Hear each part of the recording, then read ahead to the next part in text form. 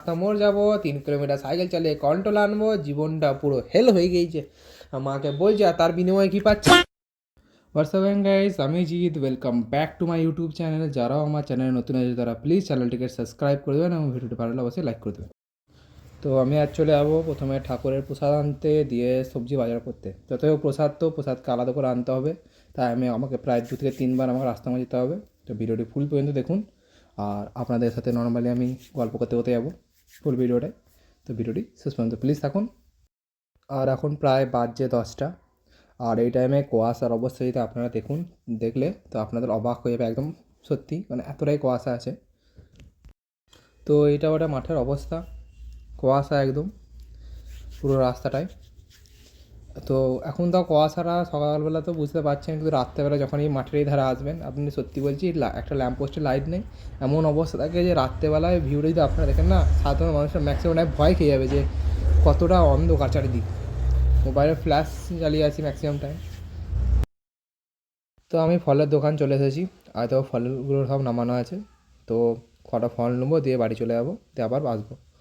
আর যারা ভাবছো যে ছেলেটা ফল নিল, মন্ডা তো নিতেই হবে পুজো, তো ফল মন্ডা নিল না কেন, তো আমি মন্ডা নিতেই চলে এলাম দোকানে, মিষ্টির দোকানে। মন্ডা আর কটা ব্রেড মিষ্টি নেবো, দিয়ে বাড়ি চলে যাবো। তো আমার মন্ডা নেওয়া হয়ে গেছে।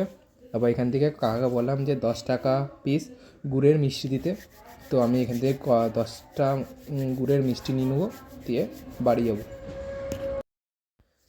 তো গাইস, আমার মিষ্টি নেওয়া কমপ্লিট হয়ে গেছে। এখান থেকে ডাইরেক্ট বাড়ি চলে যাবো, দিয়ে বাড়ি থেকে আবার সবজি নিতে আসবো। আর তো গাইস, আমি বাড়ি চলে গেলাম।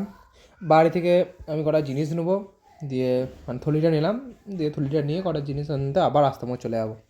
সত্যি আজ মোট আমি 3 থেকে 4 বার আস্তামোড় গিয়েছি, প্লাস আমি আবার কন্ট্রোল যাবো। তো চলো ভিডিওটি শেষ পর্যন্ত থাকুন। সত্যি একটা কথা মানতে হবে, আমার মা নিক্ষত অনেক পূর্ণ করেছিল, তার জন্য আমার মতো ছেলে পেয়েছে। হ্যাঁ, সকালবেলায় হতে না ঘুম থেকে উঠতে রাস্তা মোড় ছুটতে হচ্ছে আমাকে 3 থেকে 4 বার। সত্যি মেনে নিলাম আমি। এখান থেকে সবজি দোকান চলে এলাম, দিয়ে এখান থেকে সবজি নেবো, দিয়ে আবার মুদিখানার দোকান ঢুকবো। তো গাইস, আমি কথা বলতে বলতে দোকানে চলে এলাম, মুদিখানার দোকানে, দিয়ে কটা বেসন আর কটা মটরশুঁটি কলাই নেবো, দিয়ে বাড়ি চলে যাবো। আর হ্যাঁ, মটরশুঁটি কলাই নয়, কারণ আমি একটু গুলিয়ে দিই মটর কলায় মটরশুঁটি কলাইতে। তো কথা বলতে বলতে আমি বাড়ি চলে এলাম, দিয়ে এখান থেকে আমি আবার কন্ট্রোল আনতে চলে যাব। আর আপনারাই বলুন না, এই সকালবেলায় শীতকালে ঘুম থেকে উঠার ভাবতে বড় চাপ, তার মধ্যে ঘুম থেকে উঠতে হবে, 3 বার রাস্তা মোড় যাব, তারপরেও বলছে সে কন্ট্রোল যেতে। আর কন্ট্রোল আমাদের এখানে নাই, প্রায় 3 থেকে 4 কিলোমিটার দূর। মাথায় হাত, আপনারা মানে সত্যি কথা বলছি, মাথায় হাত মানে বড় হাত। আর জীবন তো আপনাদেরকে একটা জিনিস দেখাচ্ছি, এখানে ছেলেরা ক্রিকেট খেলছে, এরকম জীবন যদি আমার হতো কী ভালোই না হতো। তো আমি কথা বলতে বলতে দেখতে পাচ্ছেন কন্ট্রোল চলে এলাম, এখান থেকে আমি কন্ট্রোল তো কন্ট্রোল হয়ে গেছে। আবার এখান থেকে বাড়ি চলে যাবো।